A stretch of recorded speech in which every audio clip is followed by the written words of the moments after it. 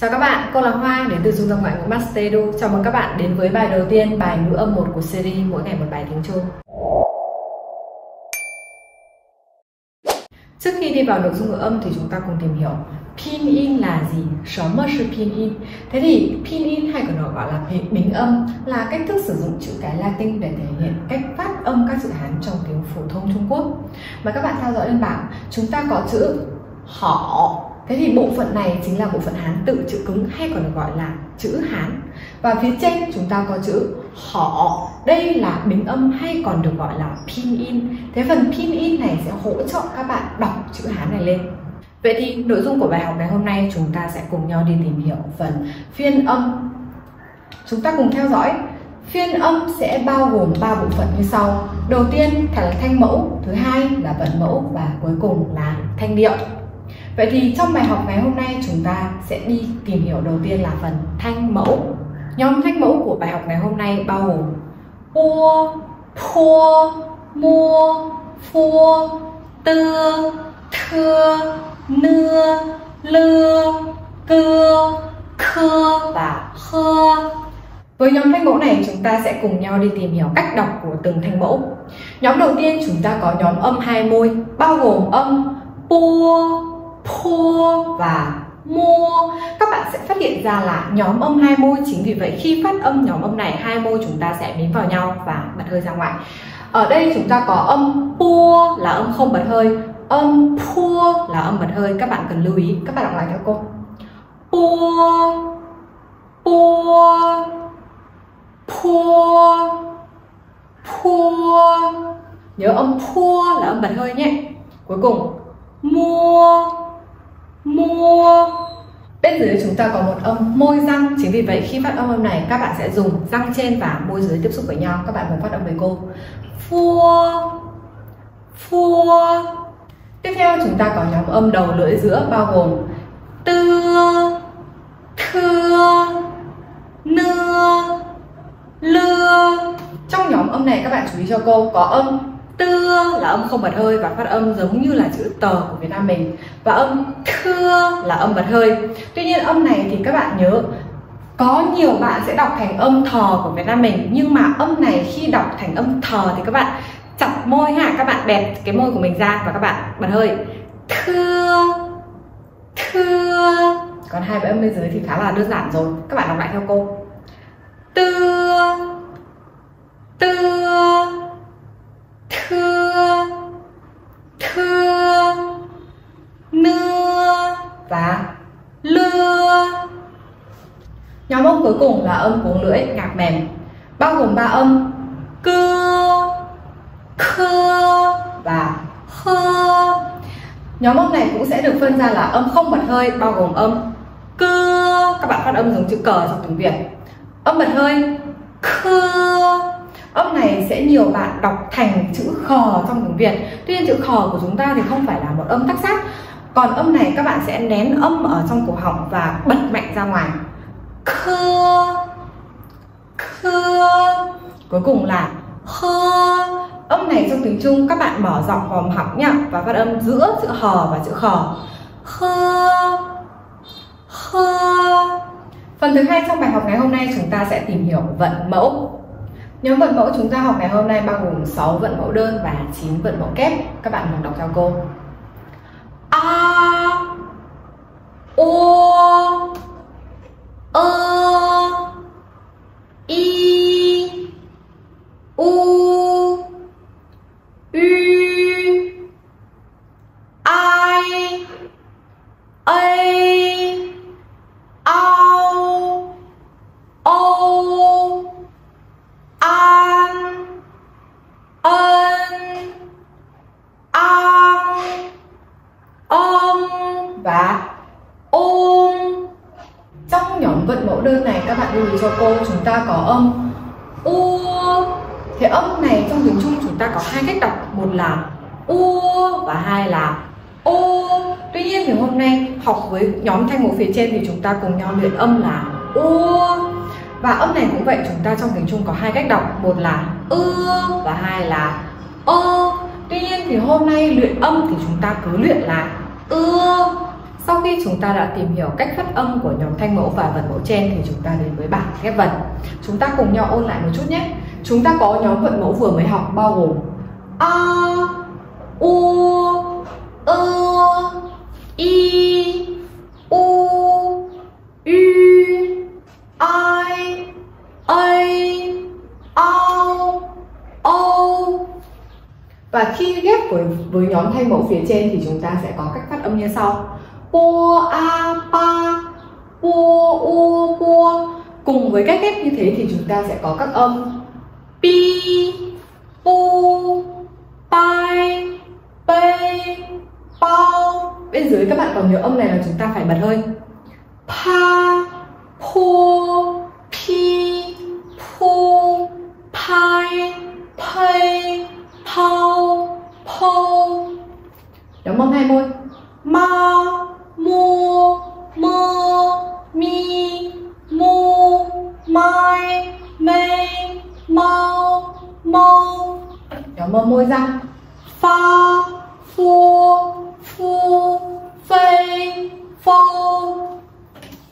Bên dưới chúng ta có nhóm âm đầu lưỡi: ta, tương, ti, tu, tai, tê, tao, tâu. Bên dưới chúng ta bật hơi nhé: tha, thưa, thi, thu, thai, thao, thâu.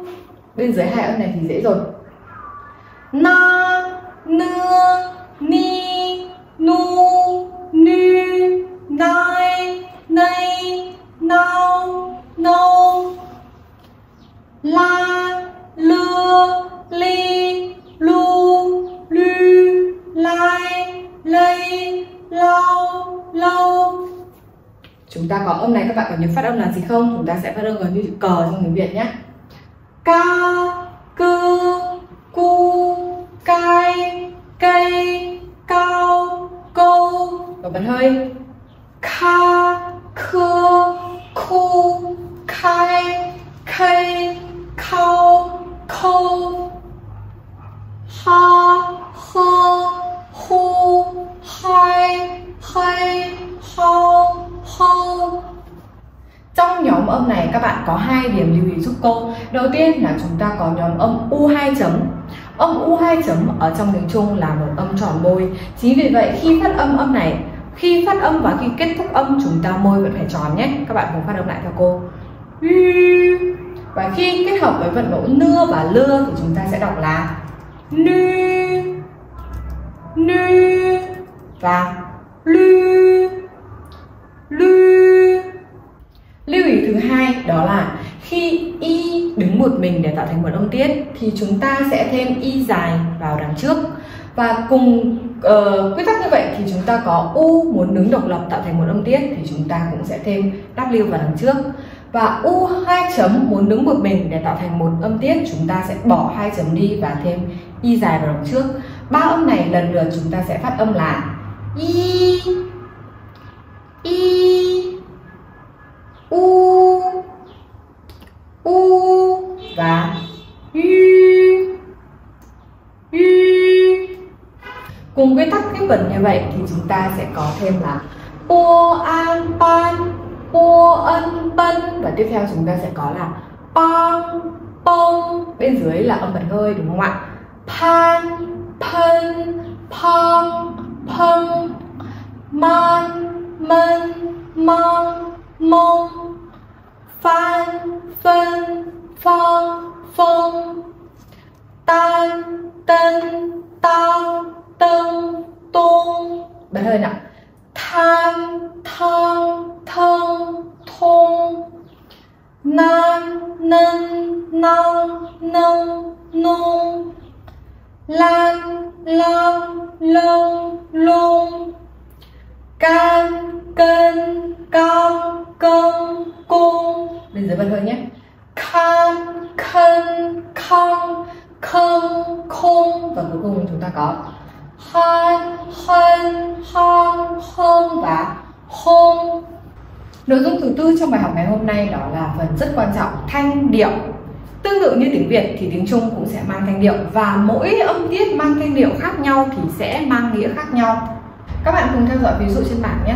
Chúng ta có cùng một cách đọc là ma, tuy nhiên thì các thanh điệu khác nhau thì sẽ mang nghĩa khác nhau. Ví dụ ma với chữ Hán như sau thì có nghĩa là mẹ, má có nghĩa là tên, mã ngựa, và cuối cùng ma mắng. Vậy thì các thanh này được gọi như thế nào và cách phát âm ra sao, chúng ta cùng tìm hiểu. Thanh điệu trong tiếng Trung bao gồm 4 thanh chính và 4 thanh phụ. 4 thanh chính được phân thanh 1, thanh 2, thanh 3 và thanh 4. Thanh 1 các bạn lưu cho cô, chúng ta sẽ viết một gạch nhỏ ngang và bằng trước vận mẫu. Và khi phát âm, chúng ta phát âm ở âm vực số 5, ngang và bằng. Các bạn cùng phát âm theo cô. A, a. Thanh 2 từ âm vực số 3 lên âm vực số 5 và chiều đi lên. Và khi mà đánh thanh thì các bạn đánh cho cô một nét hất từ dưới hất lên.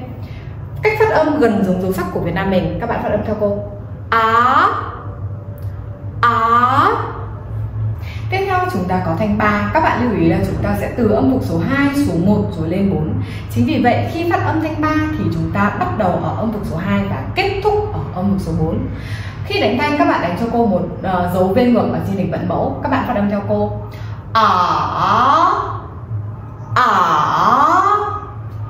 Cuối cùng là thanh 4 từ âm vực số 5 xuống âm vực số 1. Vì vậy nó sẽ có độ rơi nhất định từ cao xuống thấp, và các bạn đánh một dấu phẩy trên đỉnh vận mẫu. Các bạn phát âm theo cô nhé.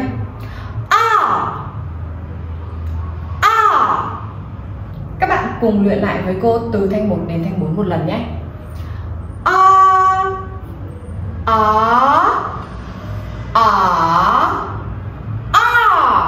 Ngoài 4 thanh chính ra thì tiếng Trung còn bao gồm một thanh nhẹ hay còn được gọi là thanh không. Thế thì thanh không sẽ không được ký hiệu thanh ở trên đỉnh vận mẫu, và các bạn sẽ đọc ngắn hơn, nhẹ hơn. Ví dụ chúng ta có tha nè, nì nè, ủa ta.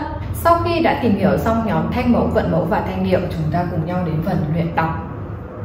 Các bạn cùng theo dõi và đọc theo mẫu. Ba bà, ba bà, ma mà, ma mà. Địa thủ, địa thủ.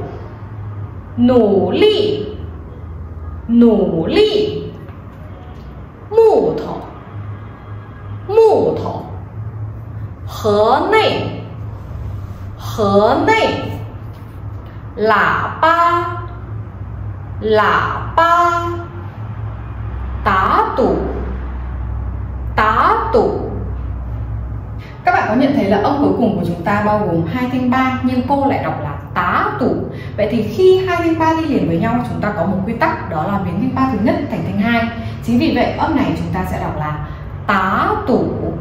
Trên đây là toàn bộ nội dung của bài ngữ âm 1. Các bạn về nhà theo dõi lại nhiều lần và luyện tập theo cô. Có bất kỳ câu hỏi nào thì các bạn có thể để lại comment dưới phần bình luận, cô sẽ giải đáp cho các bạn. Hẹn gặp lại ở bài ngữ âm 2.